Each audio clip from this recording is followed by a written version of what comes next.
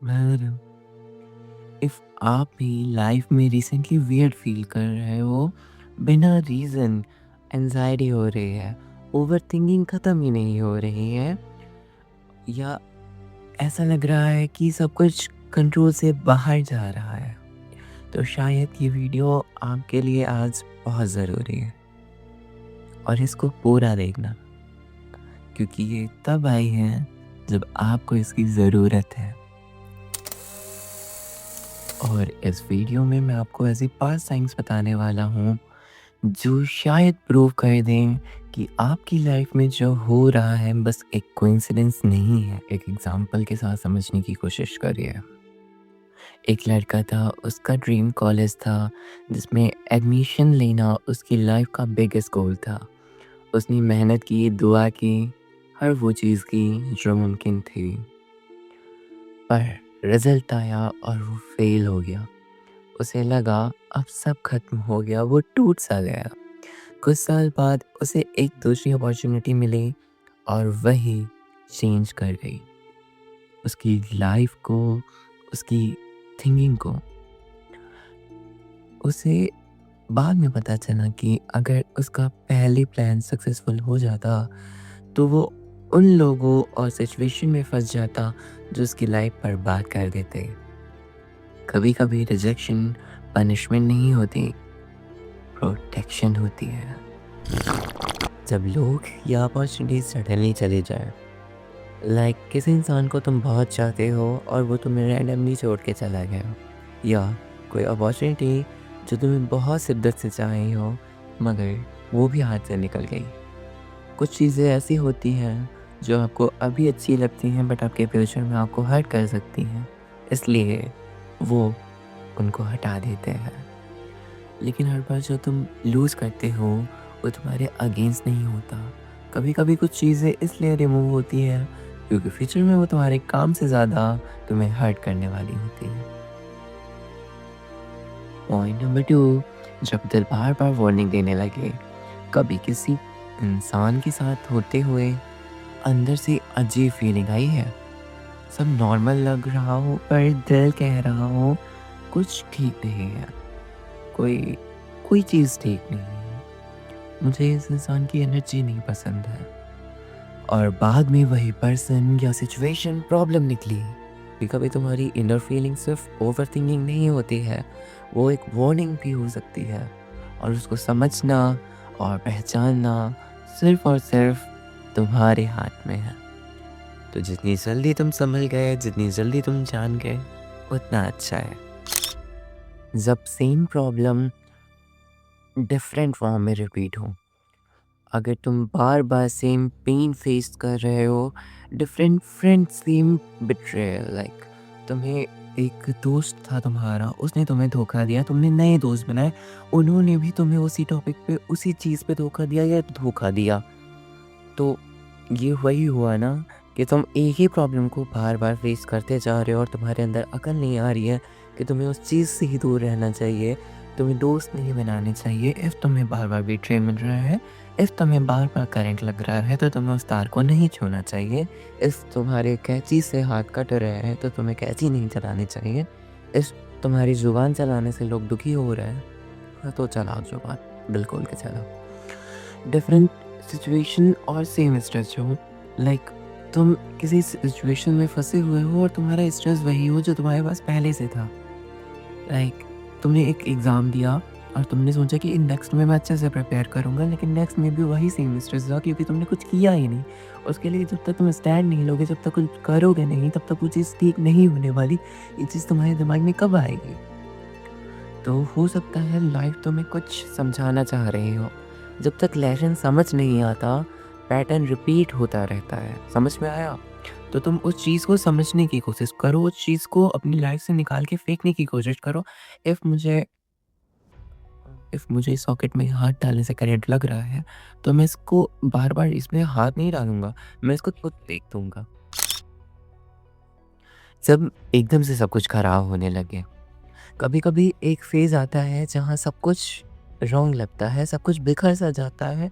हम सोचते हैं कि बस अब और नहीं, कुछ मोटिवेशन नहीं होता, मोटिवेशन ज़ीरो होता है, फाइट्स ज़्यादा होती हैं, दिमाग तुम्हारा परेशान रहता है, डिस्टर्ब रहता है और लगता है लाइफ रुक गई है। लेकिन हो सकता है ब्रेकडाउन हो रहा है, रीसेट हो रहा है। तुम एक ये सिग्नल मानो कि तुम्हें कुछ चीज़ें रीथिंक करनी है। लेकिन हो सकता है ये ब्रेकडाउन ना हो, रीसेट हो। तो तुम्हें अपनी लाइफ को समझना है। तुम्हें अपनी लाइफ के हर फेज़ को समझना है, तुम्हारी लाइफ में क्या हो रहा है उसको समझना है।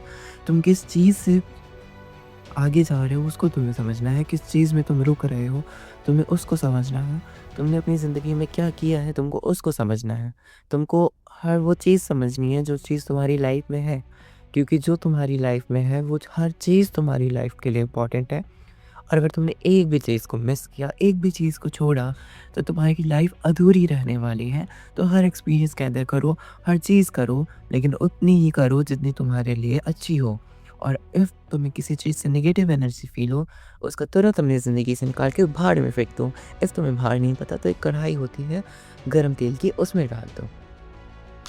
और लास्ट में हर चीज़ बुरी थोड़ी हो सकती है। लास्ट पॉइंट, जब हर चीज़ अच्छी करने की इच्छा हो, लाइक तुम चाहते हो कि अब तुम सारी चीज़ें बंद करके सिर्फ अच्छा काम करो, अपनी लाइफ को इम्प्रूव करो, अपनी चीज़ों को इम्प्रूव करो और अपनी लाइफ को एक बेस्ट लाइफ बनाओ कि तुमने ज़िंदगी जी है। तुम्हें ये प्रूव करना है कि तुमने जी है ज़िंदगी, और वो ज़िंदगी जीना तुम्हें मैं सिखाऊंगा। देखो, हर चीज़ तुम्हें पता हो ये ज़रूरी नहीं, हर चीज़ मुझे पता है ये मुझे भी ज़रूरी नहीं।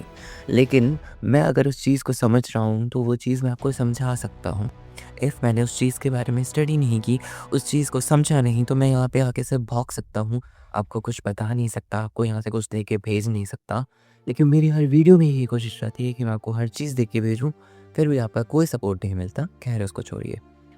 तो अगर अचानक तुम्हें लगे कि तुम हर चीज़ बदलना चाहते हो, बस आपको एक मौका चाहिए और आप लाइफ को एकदम अच्छी बना के छोड़ोगे, तो हर चीज़ को शुरू से शुरू करो।